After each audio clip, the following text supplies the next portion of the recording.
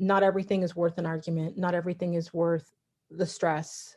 I think that when I understood that he is just a different person, we function differently. We came from different perspectives, different backgrounds, different beliefs, different faith. It's like the more that I understood and was patient enough to try and coexist with him, the easier it was for me to understand and coexist with other people out in the world. Hello and welcome to the Disrupt the Everyday podcast. We're here to help you navigate life while disrupting the status quo. Our discussions cover a number of topics relevant to everyday life. We discuss everything from relationships to entrepreneurship. We also engage in some difficult but important conversations. And now, here are your hosts, Brian and Tanya Hamilton. Hello and welcome to episode 20 of the Disrupt the Everyday podcast. Today we're joined by Makini Smith. She's an author, a mindset coach, and the host of a Walk in My Stilettos podcast. Makini, thanks for joining us. Thanks for having me. So one of the questions we like to start off with here is asking you, who is Makini Smith? That is a very, very loaded question. Interesting enough, I start my podcast by asking my guests the meaning of their names because their names have meaning. So I guess I'll start there. Okay. So Makini, it's Swahili for strength of character. And my parents' Jamaican background. My father had a love for, I'm going to say, African descent names. So most of his children have African descent names. But growing up, they told me that my name meant beautiful one. So I, as a little kid, I felt really excited about my name when people would say, oh, that's an interesting name. What does it mean? But I realized that as we get older, as adults, and we start to dig deeper into a lot of things, there's a lot of things that we learned growing up that were not true. And my name, like I said, growing up and realizing that it meant strength of character, it was at a time when I was digging more into personal development and getting more into the truth of who I am, what I want to be, digging into the truth of other people's stories. So Makini stands for strength of character. I am a mother of three. I'm an award-winning entrepreneur. I'm a certified mindset coach for my mentor, Bob Proctor. And I am a 4-time author, and I have a 5-star rated podcast that I found out recently is in the top 2% of the most popular podcasts in the world, which kind of blew my mind. But I've had the blessing of interviewing, at this point between the podcast and my Instagram, over 150 women, and getting them to share their stories and their truth and how our stories of resilience can actually inspire another person and give another person comfort to know that they're not alone. So majority of the things that I do within the brand are, helping other people to amplify their stories and use their stories as tools to build more impactful personal brands. And at the end of the day, everyone has resilience within us, but it's like a muscle that we need to strengthen. So the focus is on using our stories of resilience to help strengthen each other as a community. Yeah, and I can totally appreciate that. And when I came across your name on Instagram, and started researching what you were all about in your brand, I can definitely appreciate that. And one of the reasons why I asked for you to come on the show is to talk, because it's so true what you said. We all have a story. It's all going to be different, but we all have something to bring to the table and to share it, right? And maybe not on as big a platform as you or others, but somebody can always benefit from it. Absolutely. So, yeah, so that's why I'm really thankful that you're here with us today. So a question I have for you, I know your story is unique, but I know it can resonate with many. So can you take us back to around 16 years ago, maybe even a little longer, and walk us through your stilettos? So there's a little shout out to your brand. And just share with us how you got to where you are today. Wow. So I'm trying to think back to 16 years ago. I'm like, I think that was just before I had my son. The time flies, honestly. I blinked and realized that I think it's been almost 12 years now that I've been a full-time entrepreneur. So it's like, where was I 16 years ago? I guess let's take it back to, I'm going to say 2012. We'll go from there to get to where I am presently. In 2012, I lost my sister. And we were almost 7 years apart. And she was not only my sister, but my best friend. She was a source of inspiration to me. She was someone that I looked up to, and someone that advocated for me before I realized I had my own voice. And I had gone through a divorce in 2009 from, I'm going to say, a toxic relationship. And my sister was my main source of support.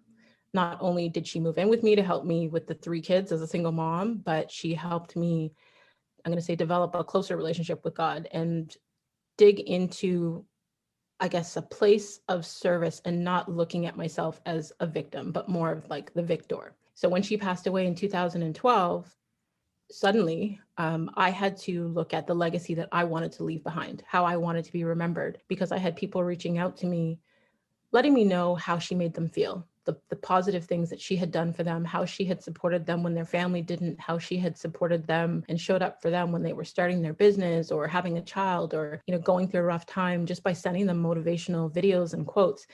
And I slowly started to emulate some of her qualities, the things that others admired that I also admired. And I started to evolve into a different person.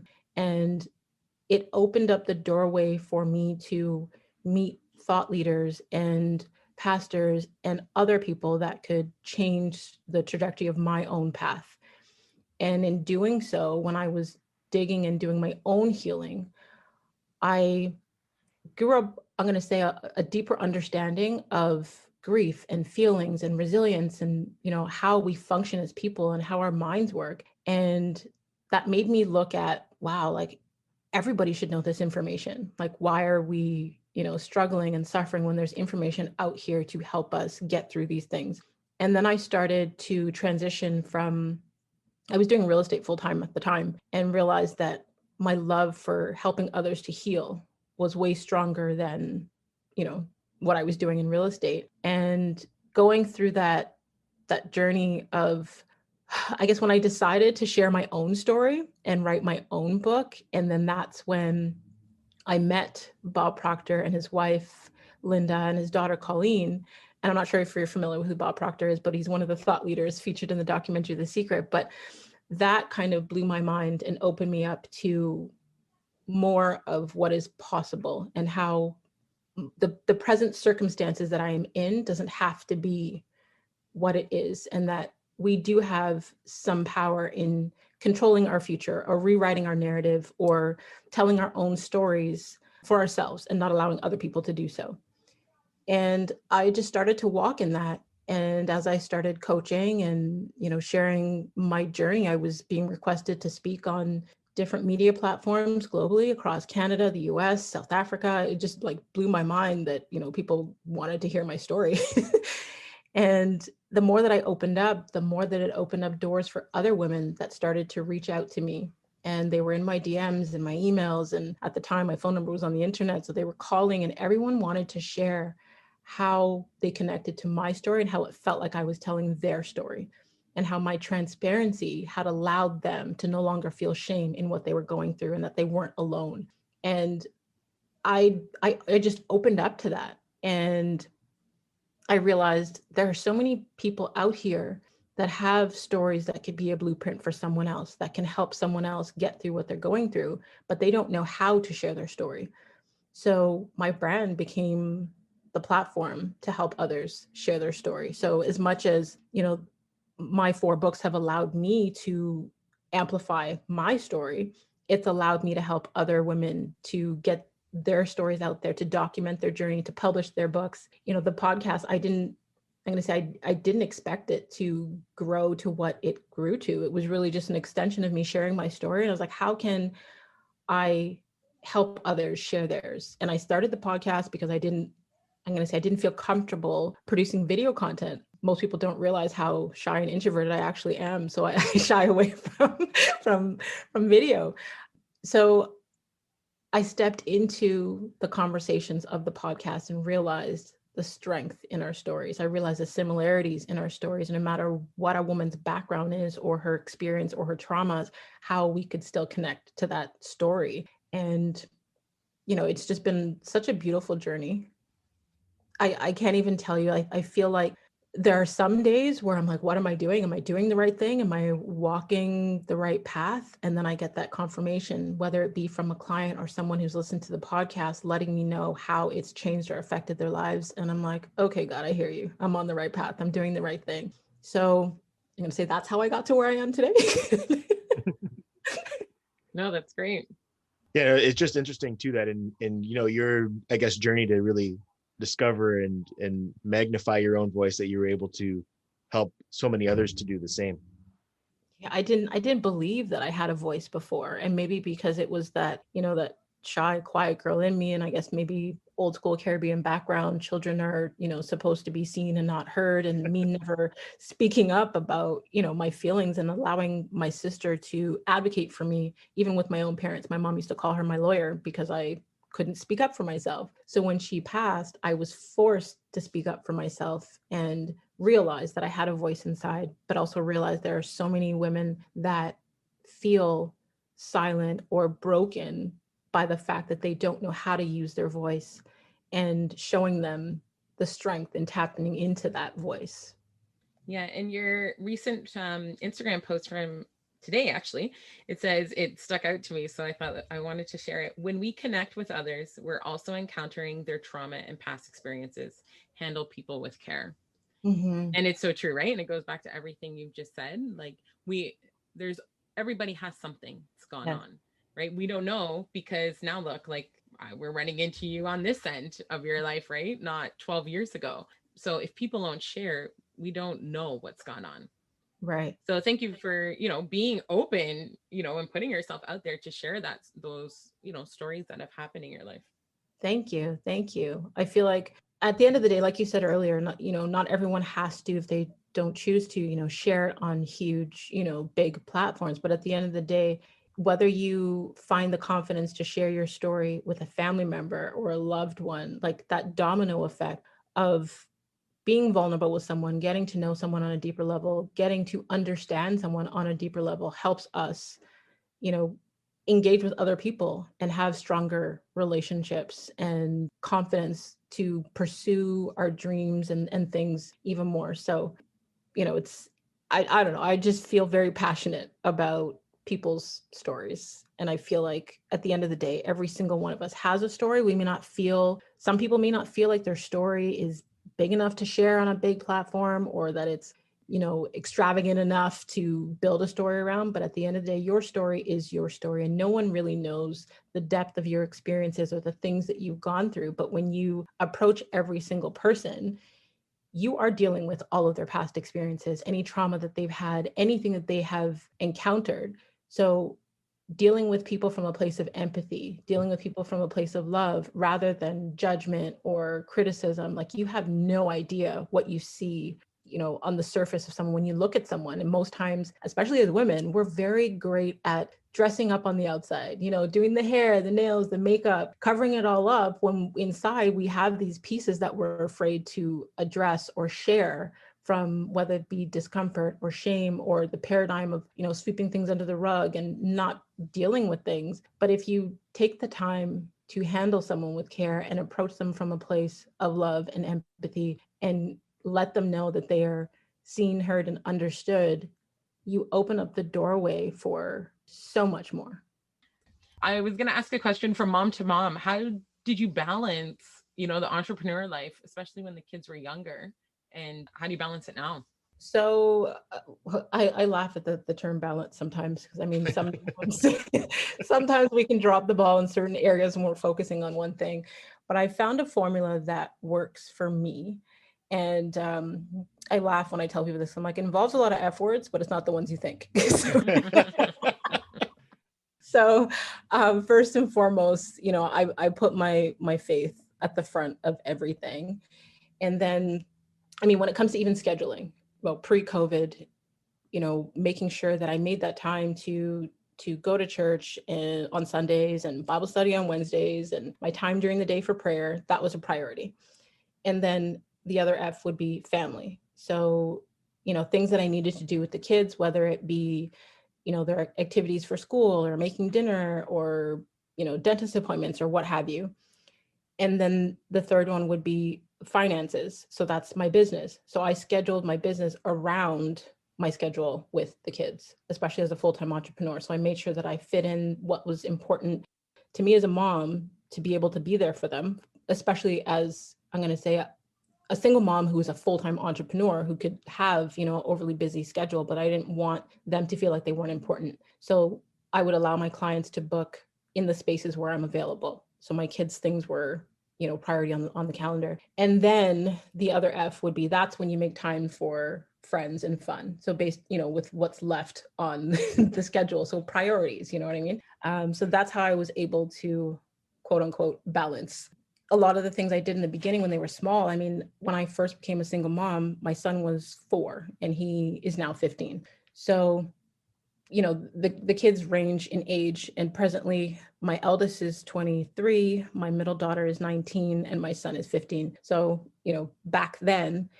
they were small, and it wasn't, you know, it wasn't easy to be a full-time entrepreneur while being a full-time single mom. And I didn't want them to feel like everything that I was doing was sacrificing them, but I wanted them to see the sacrifices I was making for them. So I would include them in a lot of things. My kids came with me to book signings. They came with me to events to set up and, you know, help me set up with books and things. Even before I transitioned into personal development, when I was selling real estate, there were many times I brought them to open houses or to show, you know, showings with houses. So they were included in things. And now that they're older, I mean, my eldest will do a lot of things that help with the brand in terms, like, she's very, very creative. So she's like my personal photographer. So she does a lot of you know, things for the brand there. My middle daughter, who is currently, you know, a huge social influencer. I think she's almost hit 1 million on TikTok, and like, I don't know, I've lost count, like 800,000 on Twitter. I'm not sorry, Instagram. But like, she educates me on how to use social media so that I'm using it effectively for my brand. My son is very open and honest, so he'll give me feedback on things that I'm posting or things that I probably shouldn't be posting. So, you know, the honest feedback where, you know, only the people in your house will give to you. So I still include them in a lot of things. So it's been a beautiful journey. It's definitely been a challenge, but it's a beautiful journey. Now, obviously, the last thing that you kind of hit on there was the challenges, and I'm sure it hasn't been smooth sailing. Obviously, it hasn't been smooth sailing throughout the whole process. So I'd ask you kind of a weird question, and I just, you know, ask that you entertain this one with me. Do you have a favorite failure? And I mean by that, is there something that was a setback for you that, you know, you were able to grow from or able to learn from, that you still, that, you know, you can kind of, probably in the moment it was difficult, but now when you look back at it, you realize that it was necessary? My divorce. That came really quick.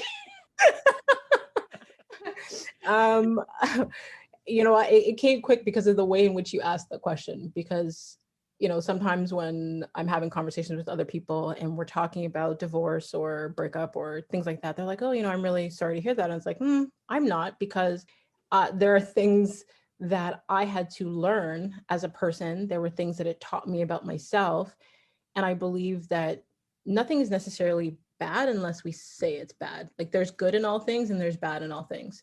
So although the divorce was very stressful and it was not, you know, it was not an easy process, in terms of personal development, it developed me as a person to learn patience. It developed me as a person to learn about expectations. It developed me as a person to learn about what I can handle in terms of handle, you know, with being a parent, handle with, you know, managing, balancing, you know, entrepreneurship and parenthood while going through a divorce. You know, it showed me so many things. And I have to say, there was even a point before the divorce was finalized where I had to come to a place where I realized even the energy that I was putting out there, because I was very emotional and I got to a point where I was feeling like bitter and resentful and all these negative emotions. And I had to switch my perspective on the whole experience. And when I started to genuinely wish my ex-husband well and want him to find happiness with someone and want him to grow as a person himself, that's when the energy around me started to shift. That's when I started to do better within my business. That's when my health started to improve, my, my friendships and relationships, because I wasn't coming from that low vibrational energy. It was genuinely wanting to not live in my present circumstance, and genuinely wanting the best for everyone around me, and realizing that even though my relationship with him did not work out, he is still the father of my child, and we still have to learn to coexist for many years after this. And if I want this to be a process that isn't hurting everyone involved, then there were some things that I had to learn about myself and be able to, and I don't want to say sacrifice in a sense of, laying down and taking it, but not everything is worth an argument. Not everything is worth the stress. I think that when I understood that he is just a different person, we function differently. We came from different perspectives, different backgrounds, different beliefs, different faiths. It's like the more that I understood and was patient enough to try and coexist with him, the easier it was for me to understand and coexist with other people out in the world. I like that. And I think it's looking at just, it's all point of view, right? Absolutely. So you've written 4 books. I would love to focus on your gratitude journal. Mm-hmm. And I don't know offhand, so I'll have to ask, when did that book come out? So I believe the gratitude journal was published in 2017. Okay. So I'm going to ask you, what is your definition of gratitude? How do I say this? I feel like when we are thankful, when we show appreciation and a return of kindness for the people around us and the things that we have, we can express gratitude. So what led you to writing this book? So the gratitude journal was my 3rd book. So the first book was me sharing my story. My second book was inspired by the community of people that reached out after the first book, letting me know, like, wow, your story was so inspiring. How are you still able to be so positive? And that was really a compilation of like the affirmations and declarations that I used to get through what I was going through. And then because of my mentor, Bob Proctor, and the importance of practicing gratitude that he has instilled in me, I created a gratitude journal because I was essentially practicing gratitude actively on my own, like in a notebook. But because of the importance and how I felt it was making me feel and the benefits that it was having in my life, I created a gratitude journal that's prompted so that other people could understand the importance of practicing gratitude and how they can use that to maintain a healthier life through mind, body, and soul, and to make it easy for them, because it's essentially, something that can take you 5 minutes a day. It's simple, but it can have such a huge impact on your life. And I think it's one thing to say what we're grateful for. To be honest, I don't practice writing it out, but I can definitely see the benefits Mm-hmm. of having these things written out, right? Because in those times, the low times, I would be able to go back to that and look and pull out, okay, this is what I was thankful for, grateful for, right? So I can see that. Well, there's a huge, and in science and research shows that when we actually write things down manually by hand, like not, type them into a digital device, that it can have a huge impact on our brains. And through everything that I've studied, understanding mindset, when you write things down, it causes you to think. And when you're thinking, it causes you to feel. And when you're feeling, that emotional reaction causes you to take some type of action. And that action is where our results come from. That action that is like that's where things happen. So it's important for us to realize the importance of actually writing things down by hand. Now, I want to kind of make a transition here, because you talked about the first 3 books. Can we talk about the 4th? Sure, why not? So interesting enough. The fourth book is a couples gratitude journal. And that book was inspired by the relationship that I was in at the time. So the partner that I was with saw me writing every single day in my gratitude journal. And they saw how I was basically religiously every morning, writing things down, and I was making it a part of my morning routine. And one day he said, have you ever thought about creating a couples version? And I said, no. And he suggested that I do so. And within a matter of a month, I put together a couples version to come out in time for Valentine's that year. And basically, it's a gratitude journal that you use with your partner. So on one side is for one person, on the other side of the page is for the other. And you're not only writing what you're grateful for the day, but you're writing what you're grateful for about your partner. Because oftentimes when you're in a relationship, things can get monotonous and you're in a routine, and sometimes you forget to make time for each other. So it's literally making sure that you're on the same page. There are at the end of, I believe it's at the end of every week or month, where it's like an evaluation of the relationship, things that you feel that you may be able to improve on, things that you are good with. There's sections in there to leave a note for your partner, just something kind or sweet, or a reminder of something, maybe an appointment or a date night that week. Or so it's really a place for you to share share and document the greatness of your relationship. Nice. And actually, to go with that, you write about affirmations, and the one that I saw that stuck out to me: I am rich in relationships and love. That is my favorite affirmation. Yeah, I believe when it comes to, we talk about as a society wealth a lot, and most people automatically think about financial wealth when you talk about wealth.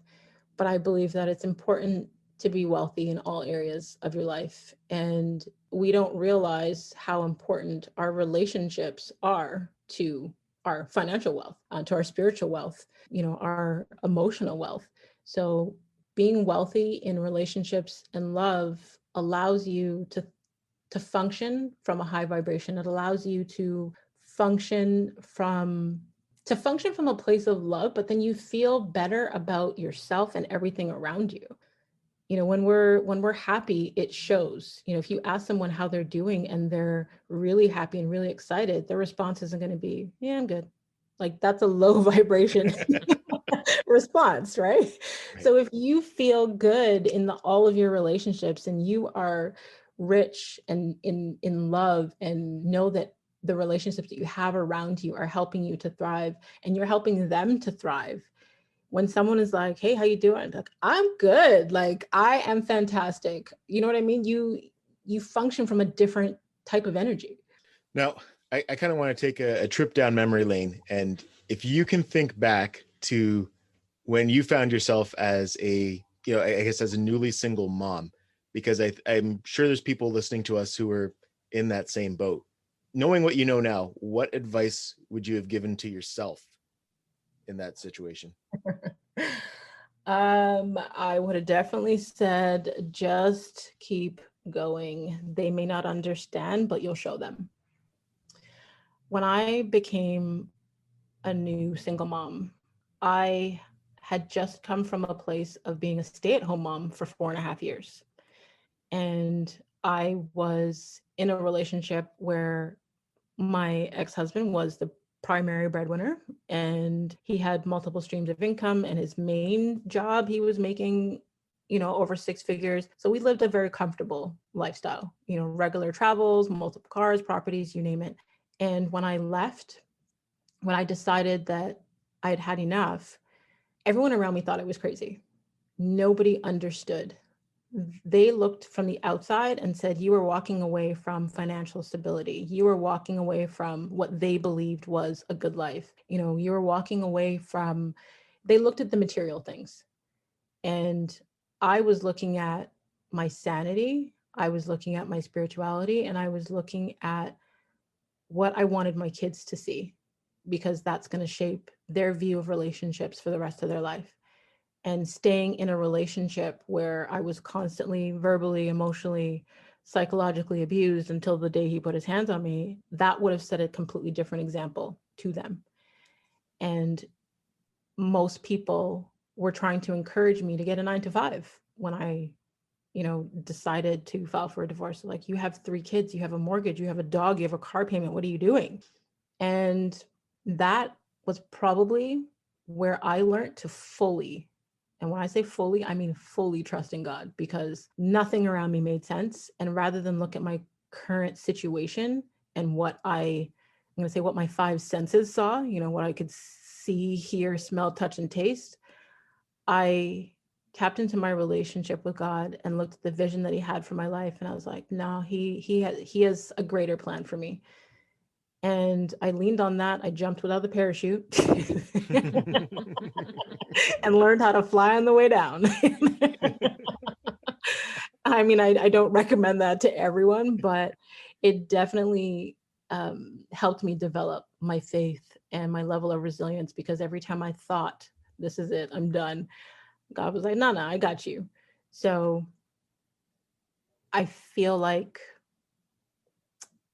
in terms of strength and development, that, like I said, that divorce taught me a lot. So becoming a single mom and not allowing my present circumstances to define what my future was going to be. And when I did that, I mean, I had just started in real estate. I hadn't even finalized my license at the time. And the struggle, I tell you the struggle, for the first 8 months where I tried to develop my career as an entrepreneur in real estate, the first 8 months, most people, I believe, probably would have given up. I woke up every day, and although I was still going through the divorce, and it was very, very challenging and toxic, to say the least, but while I was going through that, still getting up every day, getting the kids off to school, going into the office, trying to find leads, offering to do open houses for experienced agents, doing all of the research and education that I possibly could, and coming home at the end of the day and feeding the kids to the point where I would make sure that they ate and I wasn't eating. There were so many sacrifices that were made, but after the first 8 months, it was almost like God said, okay, you've put in the work. You've proved that you want this. I got you. And the taps opened up. And when I tell you, the last 4 months of that year, I sold more real estate than the average realtor sells in all 12 months. And I started hitting award levels, and I started getting opportunities in the media, and I started, I'm going to say, helping other people who never thought it was possible for them to purchase homes, to get into real estate and make those, the largest financial decision that they've ever made in their life. But it was a complete turnaround from the life that I had been living just a few months before. And I think it was the second year I was in real estate when my sister passed away. And, the dealing with the devastation and grief of that, I literally put my business on hold for 6 months and then had to start back over again. So it was definitely an emotional roller coaster. So I know that there's a lot of women that have, become a single mom, and they'll, I'm going to say, use that as an excuse per se of why they can't do certain things. And yes, everyone is different. Everyone's experience is different. Everyone's background is different. Everyone's resources and abilities are different. But I also believe that if you want something and you're committed to getting it, you will do whatever it takes. If you are interested in a thing, you will make all the excuses in the world when things get hard. So it's just taking a look at what you want for your life and not looking at the current circumstance. Set that vision for your life. Like, visioneering exercises are so important. So resilience truly is your superpower. Resilience is my superpower. And I did not understand that until about a year ago. I was told by people over and over again how resilient they believed that I was, but I didn't believe that for myself until a year ago, where I had to actually look at everything that I have been through, everything that I have overcome, every obstacle that God has walked me through, and been like, wow, I am still here. I am still sane. My children are still healthy. I still have a roof over my head. I am still making an impact. Wow, I'm resilient. What you reminded me of there is it's actually from a John Maxwell book, and I don't remember which one it was, but he talks about being a pastor early on and just having struggles and not really having the faith in himself and wanting to give up. And one of his mentors said to him, basically, and I'm going to paraphrase here, but if you don't have the faith in yourself, borrow some of mine. Yes. It's kind of the same thing that you alluded to there. You had to really lean on what people were saying. People were telling you were resilient, but you didn't believe it yourself until, you finally were able to transition into that space where you did.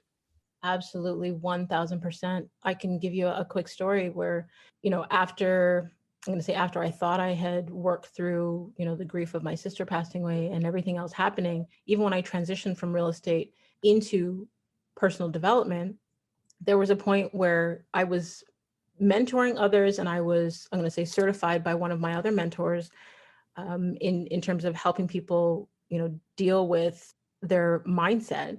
But when I was approached to be a Procter & Gallagher consultant, I was on the phone with one of their, number one sales reps, and he was trying to convince me that, I already have what they believe, what it took to be one of their consultants. But I was going through, I'm going to say, a severe depression at the time. I was dealing with, a breakup from the relationship after the divorce. And I felt like I was struggling in all areas of my life. And when he was telling me that I could do this, and I was like, I can't afford, what the certification. I'm not in the right headspace. I'm not feeling well physically. I'm dealing with health challenges. I gave every excuse under the sun. And when I explained to him that, I had already written my book, Bob's wife, Linda, had wrote the foreword for it. We had this conversation, and he said, okay, I'm going to call you right back. And he called Bob Proctor, had a conversation with him, and called me back within, 30 minutes. And he said, I just had a conversation with Bob, and he honestly believes that you can do this. He believes in you. He believes in your potential to be able to help others. And I literally had to borrow his confidence in me in that moment. And that's when I made the decision to take the course, even when I couldn't afford it. But because I made the decision, the resources that I needed came to me. And here we are today. I love that story. Thank you. So as we wrap up, Makini, can you tell us what's on the horizon for you? What do you have upcoming? What can we watch for? I find that's a very interesting question. Sometimes we announce things prematurely, and then it's either those things don't come to fruition, or, the wrong type of energy connects to it, and then it doesn't happen. So I've learned now, when people ask me that question, what's next for me? Leveling up from where I am now. I want to continue to help others to heal. I want to continue to help others to own their stories and use them to create impactful brands in any way that I possibly can. All right. And for anybody who wants assistance, I guess, to level up, how do we connect with you? So I am on all social platforms. My website, you can find me at walkinmystilettos.com or makinismith.com. I'm mostly playing around on Instagram. You can find me at The Real Makini Smith, or the other page is at A Walk in My Stilettos. Or you can just Google and find the podcast, the books, all things Makini Smith. Perfect. Well, thank you so much for taking the time to chat with us today, and all the best to you. Thank you so much for inviting me to share with your community. It's been an honor speaking with you both. Thank you. Thanks for listening to the Disrupt the Everyday podcast. For more ways to listen, connect with us on social media.